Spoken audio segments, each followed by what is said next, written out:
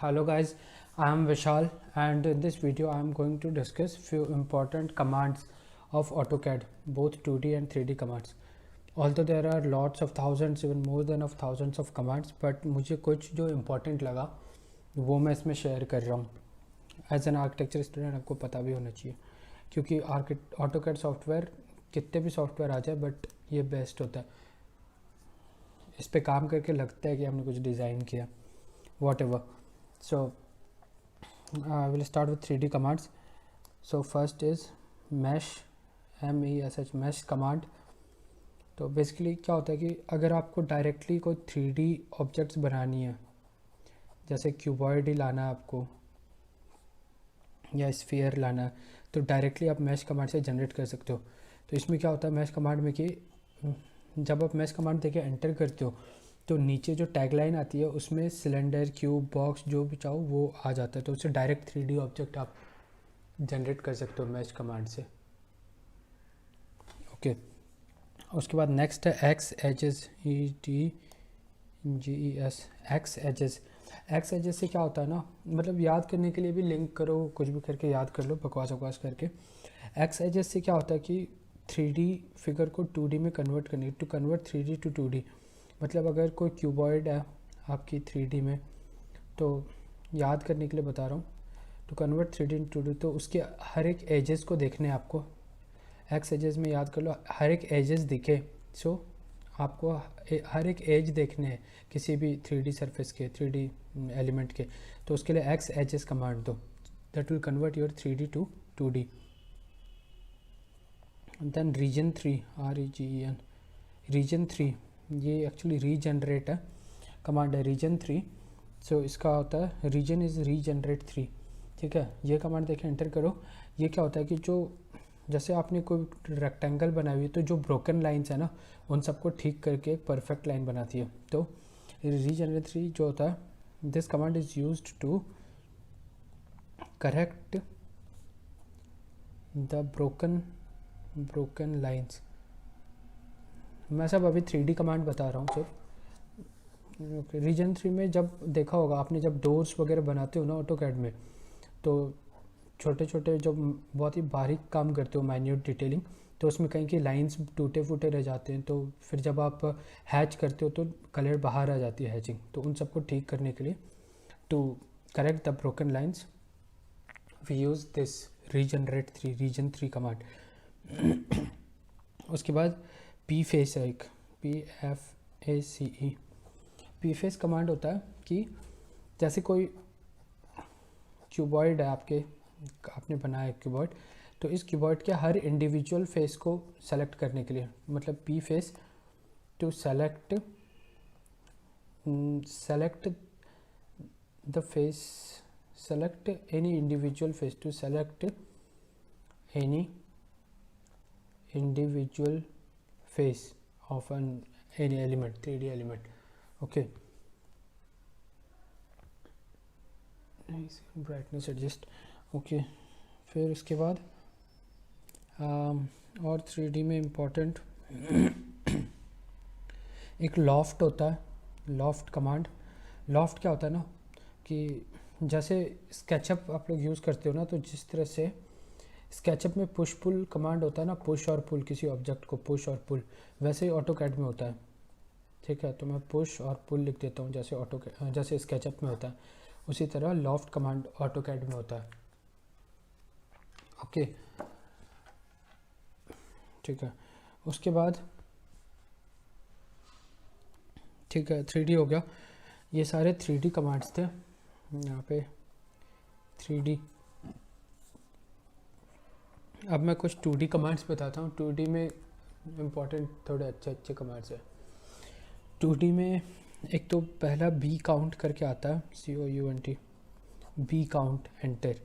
B count is B for block. ठीक है, आप अगर ब्लॉक में काम कर रहे हो तो इस ब्लॉक को आपको पता रहना चाहिए, पता करना है कि कितने ब्लॉक्स पे काम कर रहे हो, कौन कितने, तो उसके लिए होता है. मतलब मैं लिख देता हूँ कि ब्लॉक में काम करते टाइम के लिए, काम करते टाइम ये कमांड काम आता है, B count, block count. Okay, फिर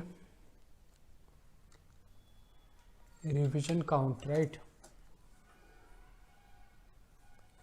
रिविजन काउंट, ओके, ठीक है। रिविजन काउंट जो होता है, sorry revision cloud, sorry revision cloud, मतलब आपको नाम भी याद रहेंगे ना कि ऐसे मान लो ये जैसे बहुत सारे ऑप्शंस है उसमें ये किस सॉफ्टवेयर का है कमांड, तो आपको फटाक से याद आ जानी चाहिए ऑटोकैड, ठीक है। फिर नेक्स्ट स्प्लाइन, स्प्लाइन मतलब यूज़ तो ये तो किया ही होगा कि लाइन बना रहे हो ऐसे ही रैंडमली कर्वी लाइन बना रहे हो, so we use spline for that. उसके बाद आ जाती है स्केच एंटर, स्केच कमांड मतलब फ्री हैंड आपको कुछ भी बनाना है, सो फ्री हैंड के लिए we use sketch command. Give me a second guys, ऐसे लिखते लिखते पेज ख़त्म हो जाता है तो बहुत गुस्सा आता है मुझे, सॉरी, ओके। वो हो गया स्केच फ्री हैंड काम करने के लिए। देन एक है N copy, N copy is nested copy, ठीक है, nested copy, N copy is nested copy. फिर एक है सी एच स्पेस, अगर आप मतलब आपको अपनी कोई ड्राइंग मॉडल स्पेस से पेपर स्पेस पे ले जानी है, ठीक है, मतलब to import your drawing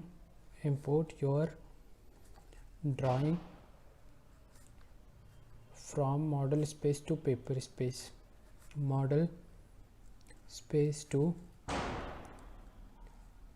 paper space, ठीक है।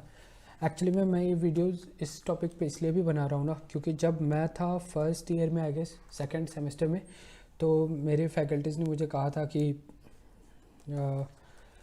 आई गेस थर्ड ईयर में कहा था, आई डोंट रिमेंबर, कि कमांड्स के बारे में एक असाइनमेंट तैयार करो।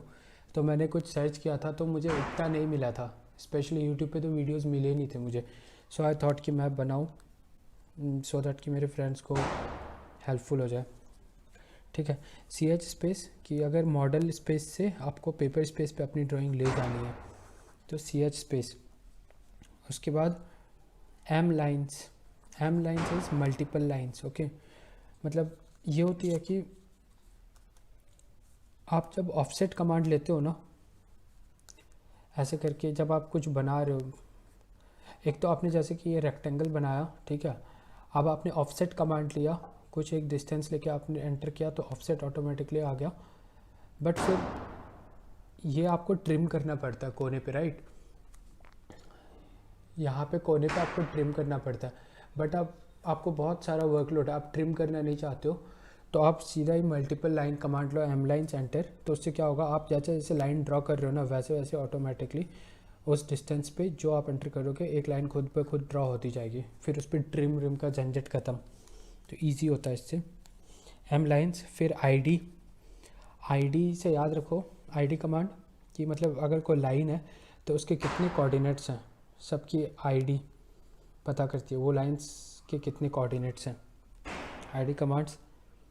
फिर होती है पर्ज और या फिर ऑडिट कमांड। पर्ज और ऑडिट मतलब जब आप काम कर रहे हो ना तो ये फाइल्स को लाइट करती है, हल्की बनाती है एक्स्ट्रा लाइंस डिलीट करके, जैसे कि मान लो आपने दरवाज़ा ही बनाया, माइन्यूट डिटेलिंग है उसमें, तो एक्स्ट्रा लाइनिंग बहुत आ गए हैं, ये तो होता ही है सबके साथ ऑटोकैड में, सो उन एक्स्ट्रा फालतू के लाइंस को डिलीट करता है पर्ज या audit, and makes the file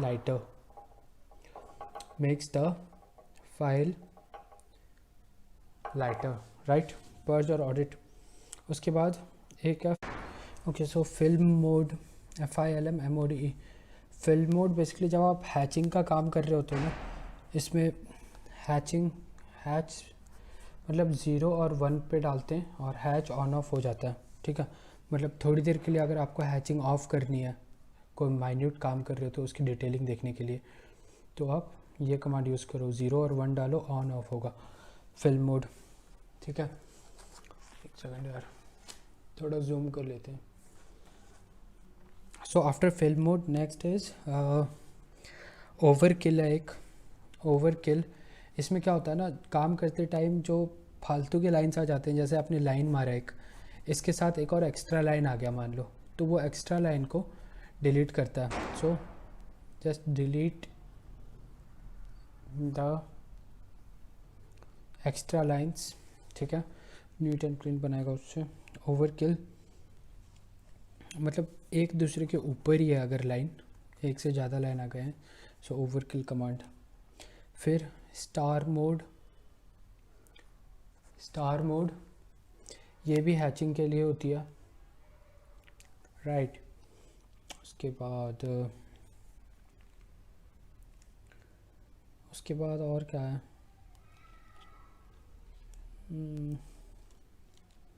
अच्छा एक वो है सॉरी, बैटमैन या फिर बर्स्ट, BURST, बैटमैन या फिर बर्स्ट, ये जब ब्लॉक्स और एट्रीब्यूट्स, ब्लॉक्स एंड एट्रीब्यूट्स, मतलब जब आप ब्लॉक में काम कर रहे हो ना, मान लो कि आपके बहुत सारे ब्लॉक्स हैं, तो और उसके एट्रीब्यूट्स हैं, कुछ लिखे हुए हैं आपने उसके, कि उसके डायमेंशंस और कुछ नाम वाम कुछ भी, तो उन सब को एडिट करने के लिए बैटमैन या ब्रेस्ट, ठीक है।